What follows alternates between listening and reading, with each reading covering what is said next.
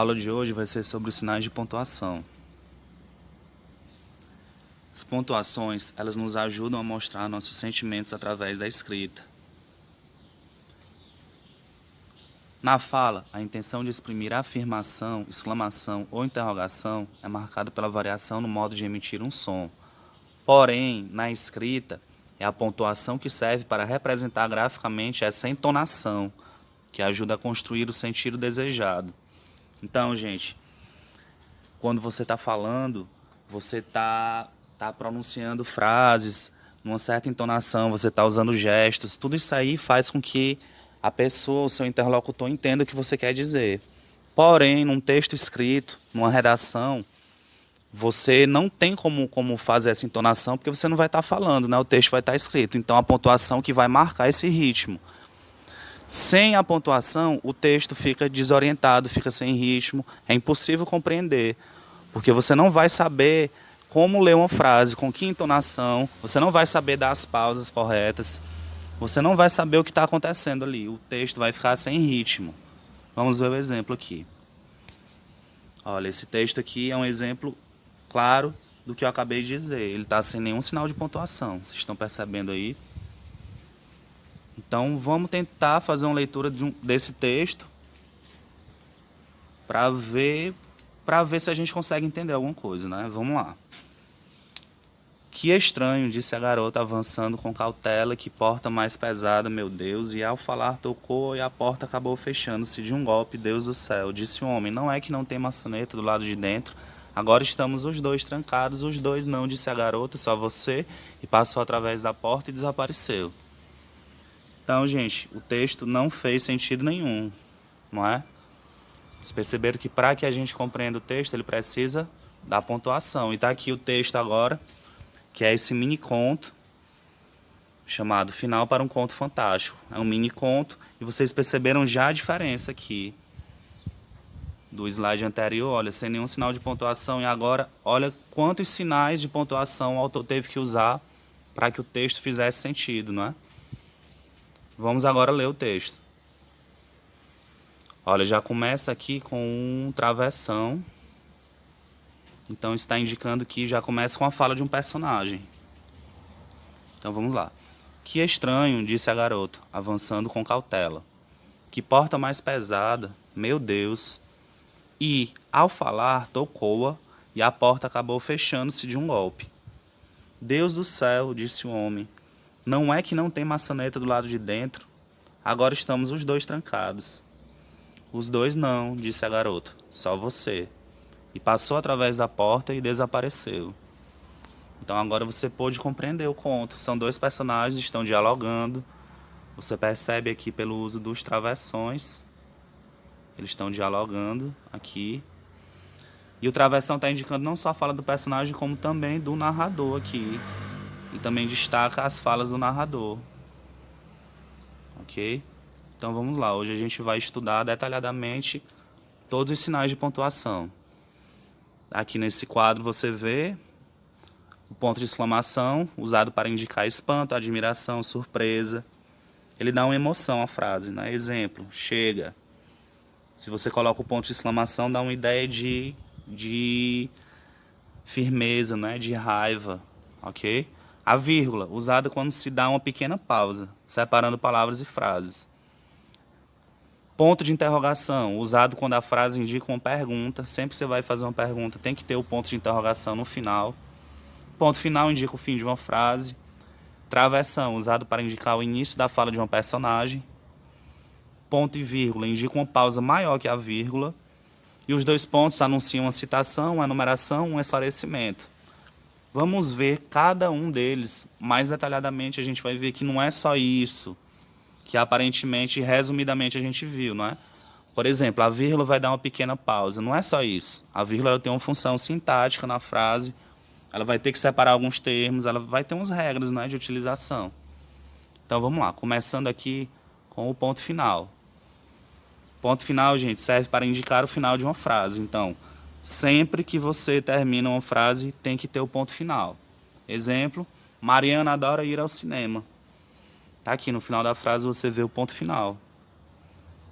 Ele marca também o fim do período. Exemplo aqui, que trabalhão, tenho que estar muito atento. Ora, eu tenho aqui um ponto final, terminou essa frase, outro ponto final, eu tenho na verdade 2 períodos, ok? Então, o ponto final separa períodos. Ela vai estudar mais tempo, ainda é cedo, tá aqui, eu tenho 2 períodos, porque eu tenho 2 pontos finais. Já na oração de baixo, na frase de baixo, aliás, eu só vou ter um período, porque eu só tenho um ponto final. Ela vai estudar mais tempo, pois ainda é cedo. Vocês perceberam que eu usei aqui a conjunção pois para unir as 2 orações em um só período. Esse aqui é o chamado período composto. E o ponto final também serve para abreviar palavras. Então você vê aqui depois de EX, tá aqui EX, você vê que tem um ponto antes dos 2 pontos. É porque está abreviada a palavra exemplo. Aqui eu tenho o V de vossa, abreviado, e aqui o EX de excelência, vossa excelência. Gente, a vírgula, ela vai servir para indicar uma pequena pausa na leitura, separar elementos numa frase e para separar o nome do lugar na escrita de datas. Mas vamos ver aqui detalhadamente. O primeiro exemplo aqui que eu coloquei foi separar o nome de lugar na escrita de datas. Isso aí é bem simples quando você está fazendo o cabeçalho lá no seu caderno ou quando você vai escrever uma carta, preencher algum documento. Você coloca a vírgula aqui depois de Teresina. Teresina, vírgula, e a data e o ano. Aqui no caso, nós voltamos 8 anos no tempo, está em 2012, não é? Exemplo 2. Hoje fomos ao shopping e compramos camisas, sapatos, bermudas e vestidos. Vocês viram que nesse caso a vírgula está sendo usada para separar uma lista de itens. Então aqui a gente tem vários itens, a vírgula vai ter que separar esses itens. Sempre que você tiver uma situação em que tiver que fazer uma lista de itens, você vai usar a vírgula, ok? Vírgula separando o aposto. O que seria o aposto? O aposto é uma palavra ou expressão que, em resumo, explica um termo anterior da oração. Então, o aposto é quando você interrompe a frase para explicar algo que você falou. Para dar uma explicação, para enumerar, para remeter a algo que você colocou na frase. Ok? Vamos ver um exemplo aqui. Atenção, gente, o aposto vem sempre isolado por vírgula. Como eu falei, ele é um termo que ele é isolado do resto da frase. Ele tem que estar isolado por vírgula. Vamos entender melhor o que é um aposto aqui. Exemplo de vírgula separando o aposto. Ora, eu tenho uma frase. Rebeca tirou 10 na prova. Se eu quiser dar uma explicação sobre algum termo dessa oração, por exemplo, Rebeca, se eu quiser saber quem é Rebeca, eu posso inserir um aposto na oração. E esse aposto vai estar pedindo, ele vai estar isolado por vírgulas, vai estar pedindo o uso de vírgulas também. Vamos ver o exemplo. Rebeca, aluna do 9º ano, tirou 10 na prova. Percebam aqui no meio o aposto, aluna do 9º ano, é uma explicação que eu estou dando sobre o termo Rebeca, ok? Então, lembrando que sempre que eu tiver apostos, eu vou separar, eu vou isolar ele com vírgula. Outro exemplo. A França, um país europeu, tem muitos museus. Olha que a minha leitura, a tonalidade da minha leitura foi marcada pelo uso dessas 2 vírgulas que está isolando o aposto. A França, um país europeu, tem muitos museus. Então, estão percebendo que a pontuação ela dá o tom da leitura. Vírgula separando o vocativo. O vocativo é um chamamento, uma evocação. Sempre que chamamos alguém ou algo, nós utilizamos vocativos. Então, quando você chama uma pessoa, ou quando você está chamando por algo, essa palavra, essa expressão, ela vai ser chamada de vocativo. Ela sempre vem isolada por vírgula. Então, está aqui, atenção, né? Sempre que tiver um chamamento na frase, um vocativo, ele vai estar isolado por vírgula. Exemplo. Maria, vá chamar o João.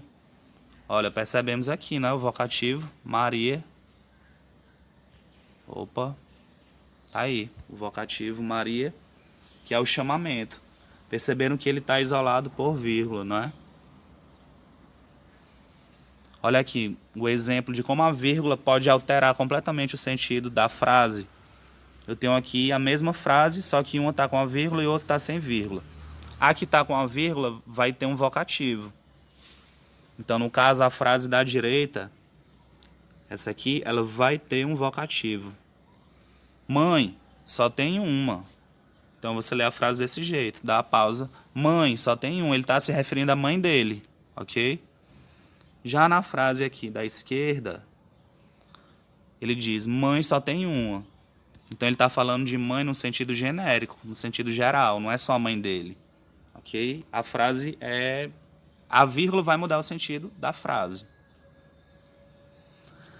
Atenção, nunca se deve separar com vírgula o sujeito do verbo. Então aqui muita atenção, nunca separe com vírgula o sujeito do verbo.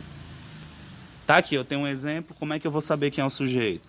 Eu vou observar o verbo aqui da frase, olha, o verbo é preferem. Muitos homens preferem o caminho do dinheiro. Uma vez que eu encontrei o verbo, eu vou se perguntar, quem? Então, quem é que prefere o caminho do dinheiro? Tá aqui, muitos homens. Então, muitos homens vai ser o sujeito.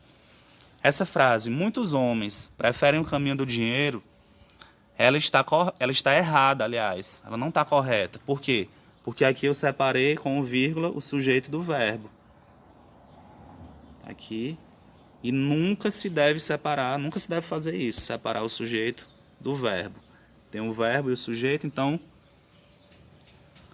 A forma correta seria a seguinte. Muitos homens preferem o caminho do dinheiro, sem a vírgula separando o sujeito do verbo. Ok? Então tem mais essa regra aí do uso da vírgula. Vamos ver agora, gente, uma pequena atividade mental que vocês vão fazer em casa aí. Aqui nesse texto está faltando os pontos finais e as vírgulas. Então você vai colocar ponto final ou vírgula onde estiver faltando. Mentalmente mesmo, você já vê o texto e já vai tentando mentalmente ver onde é que tem ponto e onde é que tem vírgula. As professoras entraram na sala, cada uma trazia um chapéu castanho nos pés, umas meias amarelas nas mãos, umas luvas penduradas no nariz, sapatos calçados nas orelhas. Não tem vírgula, não tem ponto, não tem pausa nenhuma. Então, aonde é que estaria aí a vírgula, o ponto? Onde é que vocês colocariam aí? Vamos lá, rapidamente. Então tá aí a solução do... Uma das soluções. Uma solução possível seria: as professoras entraram na sala, ponto final, acabou a frase.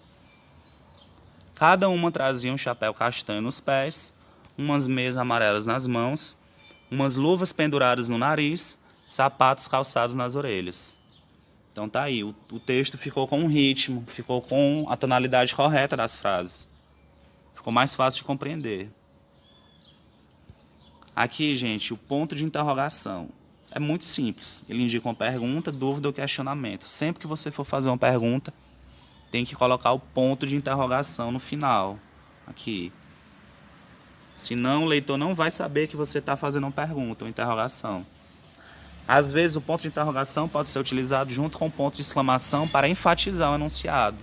No caso, ele está dando uma ênfase, ele está dando uma emoção a mais na frase. Exemplo aí. Não acredito, é sério. Ele está perguntando, mas ao mesmo tempo ele está admirado. Ele está misturando aí os dois sinais. Que aí a gente vê aqui o ponto de exclamação. É exatamente isso. Ele vai indicar alegria, espanto, irritação, medo, tristeza, admiração. Ele vai indicar uma emoção que você vai colocar na frase, ok? Aí no exemplo aqui, que bolo fantástico. O ponto de exclamação ele está dando uma emoção aí. No caso, você vai identificar pelo contexto. Nesse caso, ele está indicando admiração. Seria isso, admiração pelo bolo. Ponto e vírgula, gente, ele vai indicar uma pausa um pouco maior do que a vírgula. Ele vai dividir frases maiores. Ele não vai fazer uma divisão de itens. Ele já vai fazer uma divisão um pouco maior. Ele vai dividir frases. Então, ele é uma pausa maior do que a vírgula. Exemplo. Hoje precisamos estudar bastante. Esta semana temos teste. Então, o ponto e vírgula está dividindo as duas orações aí. No caso, não está dividindo duas palavras. Está dividindo duas orações. As reticências são usadas para indicar uma interrupção de pensamento, ou seja, ela deixa a frase em aberto, como se houvesse uma continuação da ideia sugerida na frase. Então, as reticências, elas vão dar uma ideia de que a frase continua, de que algo ficou em aberto, algo não se concluiu. Exemplo, eu gosto de ti, mas as reticências, você percebe que a frase continua, a frase teria que continuar, mas as reticências interromperam o pensamento, a frase. Aí tem um pequeno texto falando sobre as reticências, que diz o seguinte: adoro reticências, aqueles 3 pontos intermitentes que insistem em dizer que nada está fechado, que nada acabou, que algo está por vir. A vida se faz assim, nada pronto, nada definido, tudo sempre em construção, tudo ainda por se dizer, nascendo, brotando, sublimando, vivo assim, numa eterna reticência. Para que colocar ponto final? O que seria de nós sem a expectativa de continuação? Então o texto resume bem a essência das reticências. Algo que continua, algo que foi interrompido. As aspas, elas vão indicar a fala de outra pessoa no texto. Às vezes, em textos narrativos, a fala do personagem vem entre aspas. Em vez de usar o travessão, tem autores que utilizam as aspas. Se você vê uma frase entre aspas, você sabe que é alguém que falou aquela frase. Pode ser o personagem da narrativa ou pode ser a citação de um autor já conhecido ou de outra pessoa. Então, elas indicam a fala de outra pessoa no texto, citações de outros autores e também servem para destacar pontos importantes no texto, como nomes estrangeiros, gírias e outros. Exemplo: as palavras são como os pássaros, dizia um poeta importante. Então, o trecho que está entre aspas, a gente sabe que é um trecho do poeta, foi o poeta que falou isso. Ok? Então, sempre que você for citar uma frase de outra pessoa, você vai utilizar as aspas. E às vezes você pode usar no seu texto narrativo, colocando a fala do personagem entre aspas. Pessoal, parênteses também é um sinal que é utilizado. Na matemática você já conhece o parênteses nas equações, não é? Mas aqui no português ele existe também. Você pode usar no meio da frase para dar uma informação ou uma explicação. Percebam que a informação que vem entre parênteses, ela funciona como um aposto. Ela tem a mesma função do aposto. Então, o aposto, além dele vir entre vírgulas, ele pode vir entre parênteses também. Exemplo: a Mariana brincava no jardim. Era onde gostava de passar as tardes livres. Percebam que o trecho que está entre parênteses aqui, ele está se referindo à palavra jardim. O jardim era onde gostava de passar as tardes livres. Então, o aposto ele vem entre parênteses. Os 2 pontos são usados para fazer explicações sobre algo. Exemplo: gostaria de fazer algo diferente. 2 pontos, ir à praia. Indicar uma enumeração. Exemplo: no meu colégio há 2 pontos, mesas, campos de futebol, jardins. Ou anunciar a fala de um personagem. Então a garota misteriosa perguntou, 2 pontos, quem é você? Então eu costumo dizer que os 2 pontos, eles servem para anunciar algo. Eles fazem um anúncio de algo. Ele pode estar anunciando uma explicação, aqui no caso ele está anunciando uma explicação, pode estar anunciando uma enumeração, que é o que aconteceu nesse exemplo aqui, ou ele pode estar anunciando a fala de um personagem, ok? E aí nós vamos ter, gente, o travessão, que ele vai aparecer nos diálogos para indicar a fala das personagens. Então, toda fala de personagem tem que ser indicada pelo travessão. O travessão tem que aparecer antes. E às vezes o travessão é utilizado para marcar a fala do narrador também, ok? A fala do narrador, ao interromper a fala do personagem, ele vem entre travessões também. Exemplo: o professor perguntou, 2 pontos, aí o professor vai falar, então tem que ter o travessãozinho aqui, anunciando a fala do professor. Que livro é esse? Então, gente, para finalizar a aula, a gente vai fazer uma pequena leitura, um textinho narrativo, um pequeno conto, falando sobre os sinais de pontuação, para resumir tudo que a gente viu hoje na aula. Então, os sinais de pontuação estavam quietos dentro do livro de língua portuguesa quando estourou a discussão. Esta história já começou com um erro, disse a vírgula. Ora, Por quê? Perguntou o ponto de interrogação. Deveriam colocar-me antes da palavra quando, respondeu a vírgula. Concordo, disse o ponto de exclamação. O certo seria: os sinais de pontuação estavam quietos dentro do livro de língua portuguesa quando estourou a discussão. Viram como eu sou importante? Disse a vírgula. E eu também, comentou o travessão. Eu logo apareci para o leitor saber que estavas falando. E nós, protestaram as aspas, somos tão importantes como vós. Tanto que, para chamar a atenção, já nos puseram 2 vezes nesse diálogo. O mesmo digo eu, comentou 2 pontos. Apareço sempre antes das aspas e do travessão. Estamos todos ao serviço da boa escrita, disse o ponto de exclamação. A nossa missão é dar clareza aos textos. Se não nos colocarem corretamente, vira uma confusão, como agora. Às vezes podemos alterar todo o sentido de uma frase, disseram as reticências, ou dar origem a outras interpretações. É verdade, disse o ponto. Uma pontuação errada muda tudo. Se eu aparecer depois da frase, a guerra começou, disse o ponto de interrogação, é apenas uma pergunta, certo? Mas se eu aparecer no seu lugar, disse o ponto de exclamação, é uma certeza, a guerra começou. Olha nós aí de novo, disseram as aspas. Pois eu estou presente desde o início, disse o travessão. Há momentos em que, para evitar conflitos, não basta um ponto nem uma vírgula. É preciso os 2, disse o ponto e vírgula. E aí entro eu. O melhor mesmo é chamarem-nos para trazer paz, disse a vírgula. Então, que nos usem direito, disse o ponto final. E pôs fim à discussão. Esse é o fim da história. E essa foi a nossa aula de hoje. Espero que vocês tenham gostado. Um abraço a todos e até a próxima aula.